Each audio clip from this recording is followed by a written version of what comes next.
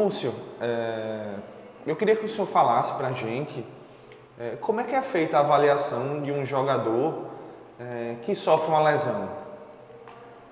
Bem, se esse jogador ele tiver uma lesão incapacitante, um trauma de maior energia, o médico no dia que está acompanhando, quer seja o treinamento, quer seja o jogo, ele já faz a avaliação naquele momento e pede algum exame de imagem para comprovar uma possível lesão.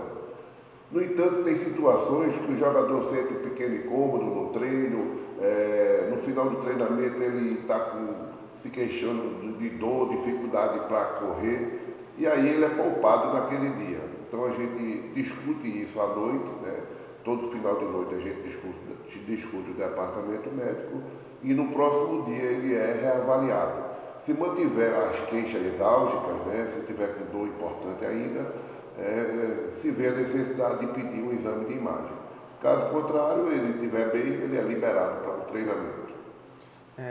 Caso um jogador tenha o diagnóstico confirmado de lesão, como é que é feito esse processo de acompanhamento a esses jogadores que estão no DM?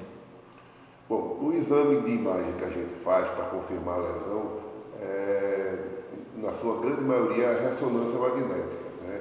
A gente faz na clínica Bora Berenstein e a gente tem um grupo com eles, que quando sai o resultado, a gente vê as imagens, discute o diagnóstico e aí, depois de confirmada a intensidade, o grau da lesão, a gente faz uma programação de tratamento e uma possível retorno do atleta, a gente tem assim, uma noção de quanto tempo ele vai ficar fora. A gente tem no nosso departamento médico, se eu não estiver enganado, são 6 médicos no total, né? O senhor e outros 5. Como é que é feito a tomada de decisão de qual tratamento deve ser realizado, do diagnóstico, do prazo, levando em consideração que temos tantos médicos, né, formando o nosso departamento? A gente sabe dessa quantidade de 6 médicos necessita de uma comunicação maior. Então a gente tem um grupo de médicos, né, e também tem um grupo junto com o pessoal da fisioterapia, né, que dá um apoio extremamente importante para a gente. E a gente discute diariamente, né, o diagnóstico dos atletas, o tempo que vai ser instituído na sua recuperação e também como o jogador está evoluindo. Isso é uma coisa muito importante. A gente tem um acompanhamento diário, né, da recuperação desse atleta. Isso é muito importante e traz uma noção para a gente de confirmar aquele tempo inicialmente instituído ou, às vezes, né, prorrogar o tempo de retorno desse atleta. E quando um atleta está no departamento médico, qual é a rotina desse atleta? O que é que ele precisa fazer enquanto ele está se recuperando de uma lesão? Bom, após o diagnóstico, ele já começa o tratamento na fisioterapia, né? Então, quando ele entra na fisioterapia, ele geralmente trabalha em dois turnos, de manhã e de tarde, né?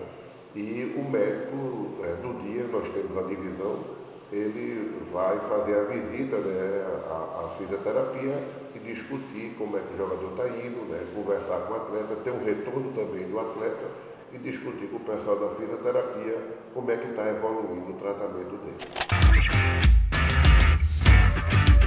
Sabe que em algumas situações, por vários motivos diferentes, né, o clube como um todo acaba por não passar um prazo exato para o retorno de um atleta, fazer algum suspense com relação ao retorno ou à lesão de um determinado atleta e acaba segurando algumas informações. Eu queria que o senhor passasse para o torcedor, né, que sempre faz esse questionamento, o porquê disso acontecer em algumas situações. Bom, na verdade a gente sabe que algumas lesões elas respondem diferente, né? As mesmas lesões, o mesmo grau de intensidade da lesão, ela responde diferente de um atleta para o outro. Então, às vezes, a gente não tem uma certeza do tempo de retorno daquele atleta de forma assim precisa. E isso que a gente fala é muito cobrado pela torcida, pela imprensa. Então, em determinados momentos, a gente prefere segurar um pouco, porque, como eu já falei, a evolução depende muito do biotipo, do histórico de lesão, idade, tudo isso faz com que o retorno seja, né, como eu falei, diferente de atleta para atleta. No entanto, a gente tenta ao máximo deixar a torcida informada, né, das lesões dos nossos atletas, né, mas o futebol às vezes exige um pouquinho de mistério, tá certo? E também até com o próprio atleta, às vezes a gente não pode expor o atleta, tem a parte ética também do atleta. Mas o objetivo da gente é sempre deixar o nosso torcedor informado. A gente não tem por que esconder assim, de maneira grosseira, as informações dos nossos atletas. Doutor Múcio, passando um pouco pelos atletas, né, que estão no nosso departamento médico, eu queria que o senhor passasse uma atualização rápida sobre o atleta Regis Tosati. Bom, o Regis ele teve um trauma na coxa direita há mais ou menos 3 semanas e assim, ele teve uma evolução que não é tão comum, que foi no trauma do tostão, né, conhecido tostão, ele teve um sangramento entre os músculos e ele teve que fazer uma punção para a retirada desse líquido, né? E agora ele está bem, né? Ele já voltou a treinar, mas deu um pouquinho de trabalho justamente pelo tamanho da lesão que ele teve. Outro atleta que também já está no DM há algum tempo é o Lucas Paraíba. O que é que o senhor pode falar sobre o Lucas? Lucas Paraíba ele teve uma lesão na face posterior da coxa direita, né, no músculo bíceps, uma lesão grau 3, mas amanhã ele já vai estar na transição.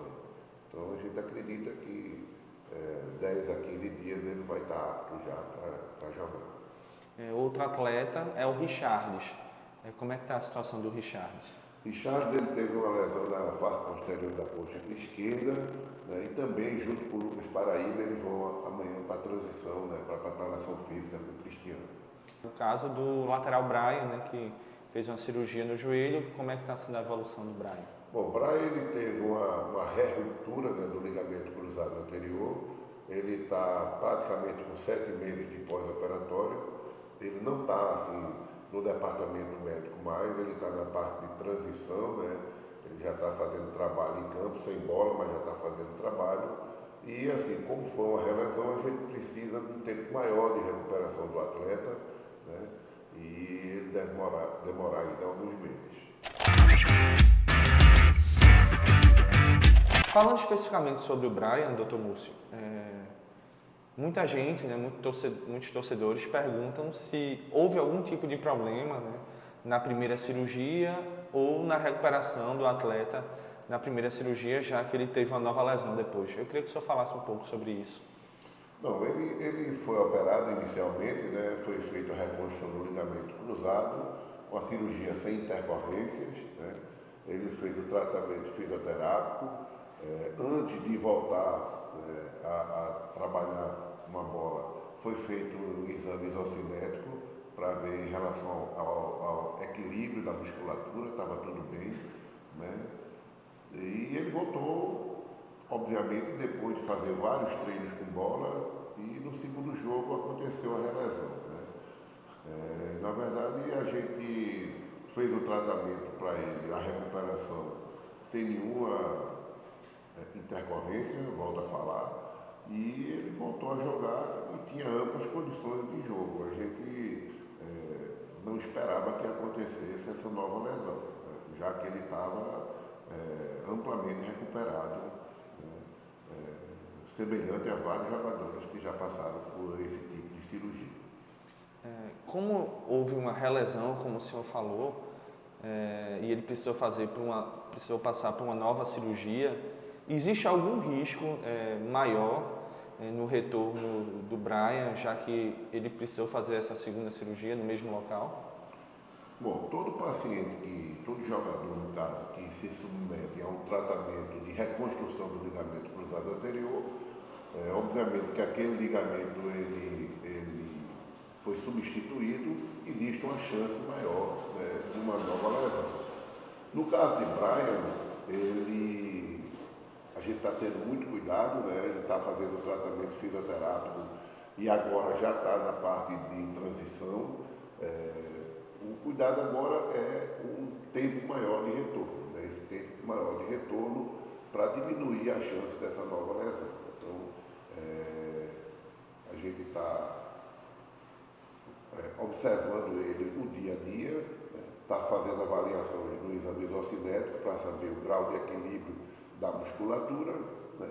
E ele vai voltar realmente no tempo hábil e em condições da prática do futebol, né? Infelizmente, como eu falei, né, toda relesão existe uma chance maior de complicações. O senhor falou um pouco, né, da questão de um prazo um pouco maior por ser uma relesão, desse acompanhamento que é feito. Mas existe algum tipo de tratamento especial ou acompanhamento especial nesses casos de relesão ou apenas esse tempo maior que precisa ser dado? Não, na verdade o tratamento, agora ele já está fazendo um trabalho em campo, né?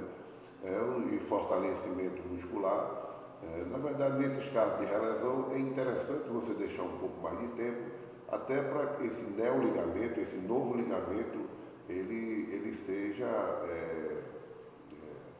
ele tem uma aderência, ele tem uma cicatrização melhor, justamente para diminuir a chance de uma nova lesão, que seria uma complicação realmente muito ruim, né? Até para o próprio atleta, para a cabeça do atleta. Então, essa reintegração do ligamento é importante e não é só através de fisioterapia, né? Não é só através de fortalecimento muscular, mas do próprio tempo que é necessário para que isso ocorra, né? Fisiologicamente falando, é importante, né, desse tempo para que ocorra essa aderência, essa osteointegração aí, justamente com o ligamento.